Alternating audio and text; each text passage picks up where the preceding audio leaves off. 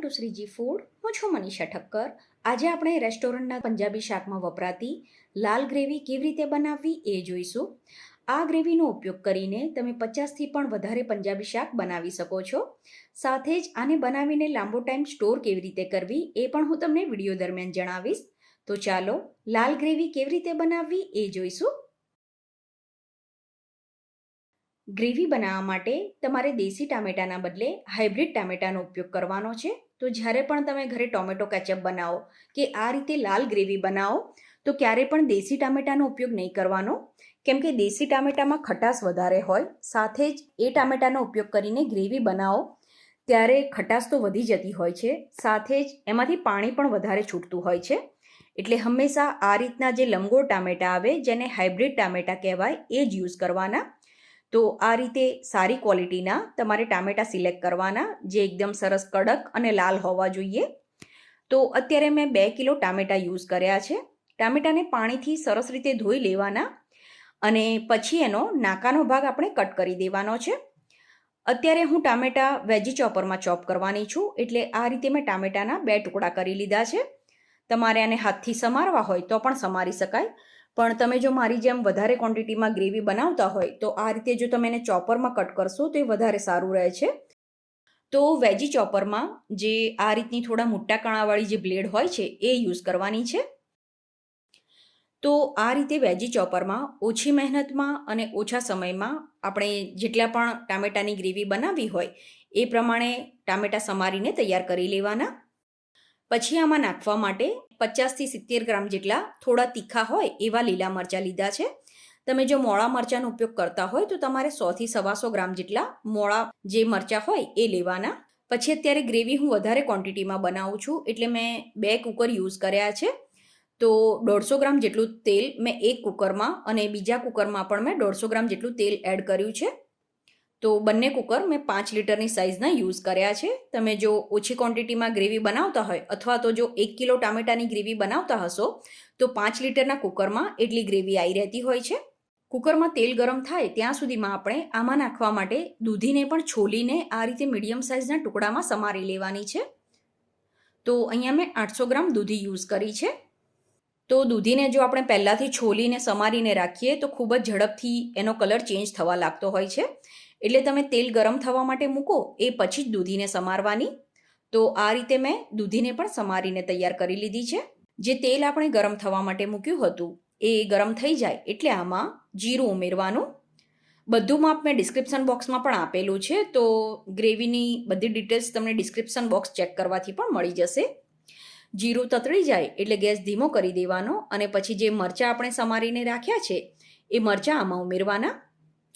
તો જેટલી પણ વસ્તુ અત્યારે યુઝ કરવાની છે એ બધી હું અડધી અડધી ડિવાઈડ કરીને બંને કુકરમાં એડ કરીશ.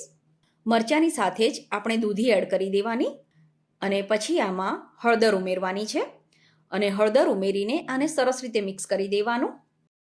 દૂધી થોડી સંતળાય એટલે આમાં ટામેટાં ઉમેરી દેવાના. આને સરસ રીતે મિક્સ કરી દેવાનું. ટામેટાં ઉમેરીએ પછી આપણે આમાં બધા મસાલા કરી દેવાના છે. તો સૌથી પહેલાં તો મીઠું ઉમેરવાનું. આની સાથે જ આપણે ધાણા જીરું ઉમેરવાનું છે. તો રેસ્ટોરન્ટમાં જે લાલ ગ્રેવી બનતી હોય છે એમાં પલાળેલા મરચાંની પેસ્ટ પણ યુઝ કરવામાં આવતી હોય છે. તો અહીંયા મેં 3 રેશમ પટ્ટો મરચાં, 4 કાશ્મીરી મરચાં અને 2 થી 3 જેટલા જે તીખા મરચાં આવે છે દેશી મરચાં એને પાણીથી ધોઈને અડધો કલાક માટે પલાળીને રાખ્યા હતા. તો હવે આ પલાળેલા મરચાં પાણી નિતારીને આમાં એડ કરી દેવાના. પછી ગ્રેવીનો રીચ ટેસ્ટ આવે એના માટે આમાં મગજતરીના બી અને કાજુ કણી ઉમેરવાનું. કાજુ કણીના બદલે તમારે કાજુના ટુકડા યુઝ કરવા હોય તો પણ કરી શકાય. બધી વસ્તુને સરસ રીતે મિક્સ કરી દેવાની અને હાઈ ફ્લેમ ઉપર જ આને આપણે સાંતળવાનું છે. પછી આમાં 1 ચમચી જેટલું લાલ મરચું અને ગ્રેવીમાં કોઈ પણ આપણે આર્ટિફિશિયલ કલર એડ નથી કરવાના. તો ગ્રેવીનો ખૂબ જ સરસ કલર આવે એના માટે આમાં થોડું સમારેલું બીટ ઉમેરવાનું. તમારી પાસે બીટ ના હોય કે ના ઉમેરવું હોય તો સ્કીપ કરી શકો. હવે બધી વસ્તુને સરસ રીતે મિક્સ કરીને હાઈ ફ્લેમ ઉપર 2 થી 3 મિનિટ માટે કૂક કરવાની અને એકદમ થોડીક ખાંડ ઉમેરવાની છે. પછી આમાં થોડો ગરમ મસાલો ઉમેરવાનો. ગરમ મસાલો અત્યારે એકદમ થોડોક જ ઉમેરવાનો છે, કેમ કે ફાઇનલી જ્યારે આપણે પંજાબી શાક બનાવીએ ત્યારે આપણે આમાં પંજાબી મસાલો અને ગરમ મસાલો ઉમેરવાનો હોય છે. એટલે ફક્ત અત્યારે ફ્લેવર પૂરતો જ ગરમ મસાલો ઉમેરવાનો. હવે બધી વસ્તુને સરસ રીતે મિક્સ કરી દેવાની અને આ રીતે આ બધી વસ્તુ મિક્સ થઈ જાય એ પછી આમાં અડધો કપ પાણી ઉમેરવાનું છે. પાણી વધારે નહીં ઉમેરવાનું, કેમ કે ટામેટાં અને દૂધી જ્યારે કૂક થાય ત્યારે એમાંથી પણ પાણી રિલીઝ થતું હોય છે.